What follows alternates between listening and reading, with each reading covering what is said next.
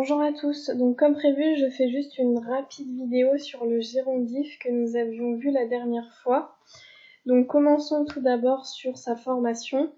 Pour le former, il faudra toujours mettre le mot en plus le radical de la première personne du pluriel au présent, c'est-à-dire le verbe conjugué avec nous au présent, auquel on enlèvera ONS et on ajoutera la terminaison du gérondif ANT. Par exemple, si on prend le verbe partir, on a donc en, plus partons, nous partons, j'enlève ONS, je garde la partie qui est en rouge et j'ajoute ANT, ce qui nous donne en partant. Ce sera comme ça pour tous les verbes, en mangeant, en dormant, en allant, etc. Il y a juste des exceptions, comme toujours, comme par exemple le verbe savoir deviendra en sachant, avoir en ayant et être en étant. Maintenant, voyons comment et quand l'utiliser. La première des raisons pour laquelle on utilise le gérondif, c'est lorsque l'on fait deux choses en même temps. C'est pour exprimer la simultanéité, c'est-à-dire faire deux choses en même temps.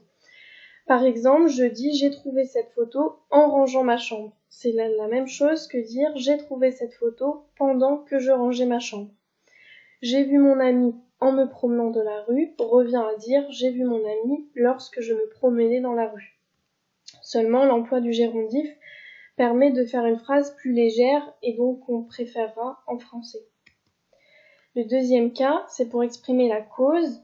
Par exemple, elle a eu un accident en roulant trop vite. On revient à dire elle a eu un accident parce qu'elle roulait trop vite. Ça nous explique pourquoi telle chose. Le troisième cas, c'est pour expliquer la manière, donc comment. Par exemple, elle est arrivée en souriant. Elle est partie en courant. Là, on voit bien que ça nous donne des précisions sur comment elle est arrivée et comment elle est partie. Quatrième cas, la condition. Par exemple, en partant plus tôt, tu ne serais pas en retard. C'est l'équivalent, si tu partais plus tôt, tu ne serais pas en retard.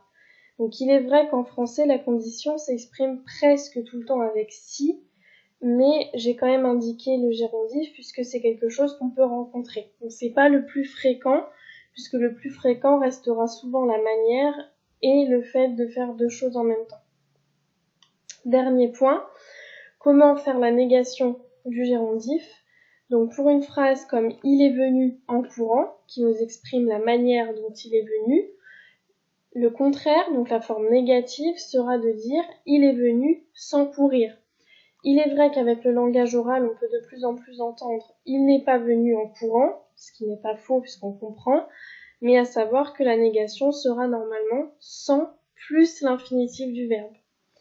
Voilà pour ce qui s'agit du gérondif, n'hésitez pas si vous avez des questions. Merci, bonne journée.